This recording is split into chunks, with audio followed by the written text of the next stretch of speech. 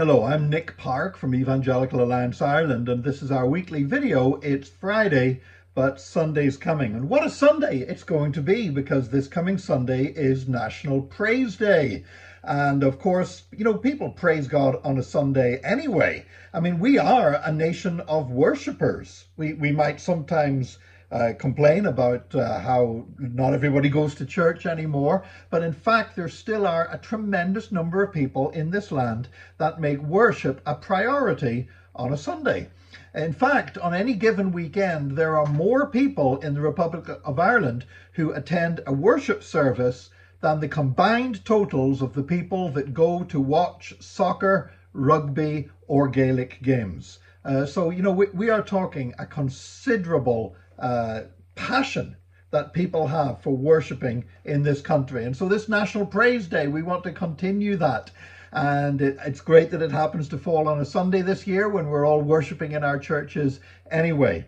Now, the reason why we picked the 31st of October as National Praise Day is because, of course, Halloween is often celebrated as a day of darkness, glorifying death, glorifying witchcraft.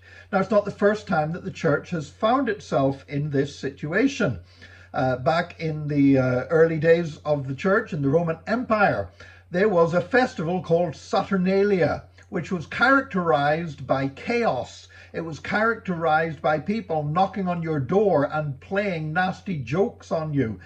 Slaves would take over the house and boss their owners about for this one day. It was a day when everything was turned upside down, a day of drunkenness, a day of sexual immorality and debauchery. And many Christians actually just, they didn't want to seem the killjoys that were shouting about it. So you know what they did? They turned their lights out, locked their doors and sat in the dark and pretended that they weren't in. Then somebody had the bright idea, why don't we take this day and use it for something better? Now, the church didn't know the exact day that Jesus was born. We know it was probably in around the October time, something like that. But they said, well, tell you what, let's take this day of Saturnalia, the 25th of December, and let's use that as an occasion to celebrate the birth of Jesus. And let's take this festival, which is causing so much misery, really, and let's turn it into something that glorifies God and a reason to rejoice. And that's what they did, and that's why we celebrate Christmas. So we want to do the same with the 31st of October. We want to make it a day of celebration and a day of worship and a day of praise. So I would really encourage you, if you're a church leader or member of a church, I would encourage you to really put a special emphasis on praise and worship this coming Sunday. There is a website, nationalpraiseday.ie, and actually we've been running these little praise nuggets.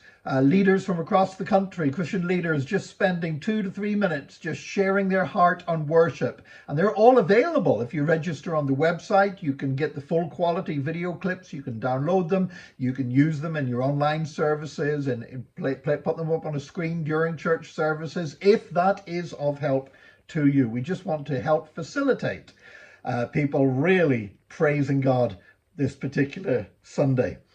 Now, I would also say this, that worship needs to be about God and not about us, because so often we make it about us.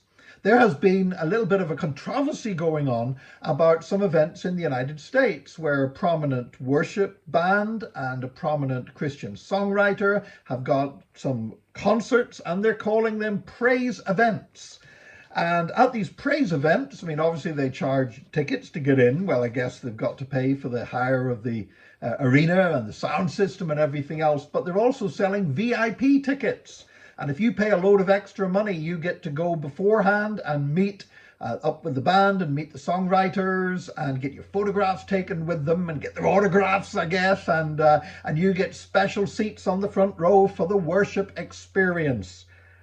I'll be honest with you, I have a real problem with this. I have a problem with it because I read in the book of James about the rich man. When the rich man comes to your services, you're not to go and give him the best seat in the house. He should take a seat just like anybody else. And this idea that you can buy a VIP experience by paying more money at a worship event is one I personally find deeply disturbing. Now, Premier Christianity in the UK, they had a little bit of a debate. They got people to argue either side of it. And even the person defending this practice offered it as a half-hearted defense. But there was one statement that they made, and it really just resonated with me in a wrong way. And they said this: what you have to remember is the VIPs are not the worship band, it's the worshipper who's coming to the experience. And I thought, no, that's not right. If you're coming to a worship experience, the VIP is God. He is the one that matters. We are not the VIPs. God is the VIP. And I've sometimes talked about worship as being something that we do for an audience of one. I remember some years back, whenever we were renovating our current church building, and I was talking with the architects and the planners, and they said, and how many is the audience going to be in this auditorium? And I looked back at them and I said, one. And they said, well, hang on. Well, why are you wanting to put like 500 seats in the place? And I said, because we're going to have 500 worshippers, but the audience is one, because we are doing this for God, because worship is directed to him. And we've always got to remember in worship, the VIP is not the pastor. The VIP is not the worship team or the soloist. The VIP is not us in our seats. The VIP is God, and it's got to be all about him. And I pray that today, whether your church makes a point of mentioning National Praise Day or not, I pray that your worship will be directed to him. And if we have thousands of us across this country offering our worship to him alone, then I know it's going to be a great Sunday. And I'm rejoicing, because it might be Friday, but Sunday's coming.